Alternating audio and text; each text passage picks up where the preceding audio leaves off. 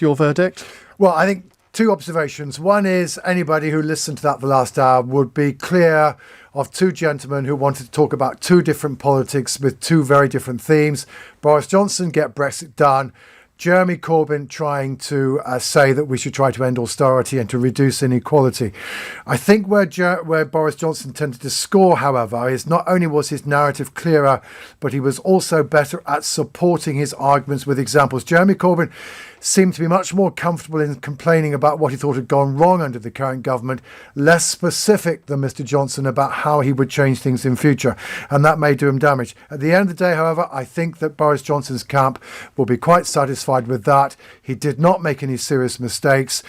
He didn't necessarily clearly outpoint Mr. Corbyn, but the point is he certainly didn't fall on his face. Mr. Corbyn didn't score any major hits, and to be honest, as we said at the beginning, a draw or even a score draw will keep Mr. Johnson happy. There were no gotcha moments, were there? Often in these American presidential debates, there's one moment that stands out that is then repeated on the media for days on end. I'm not sure what that moment would be. No, I'm not sure. I mean, there were a couple of clever quips. There was one in the first half we talked about earlier about Jeremy Corbyn saying, years of chaotic coalition already. And then Mr. Johnson, when we were talking about spending, referring to Mr. Corbyn's proposals as a money forest rather than just more money trees.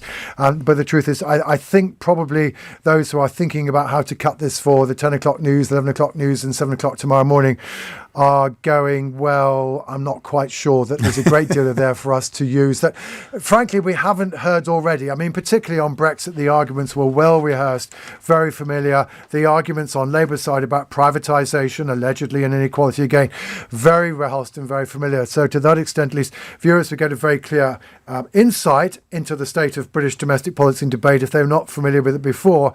But frankly, if they're anoraks of the political debate, they probably didn't learn a great deal this evening.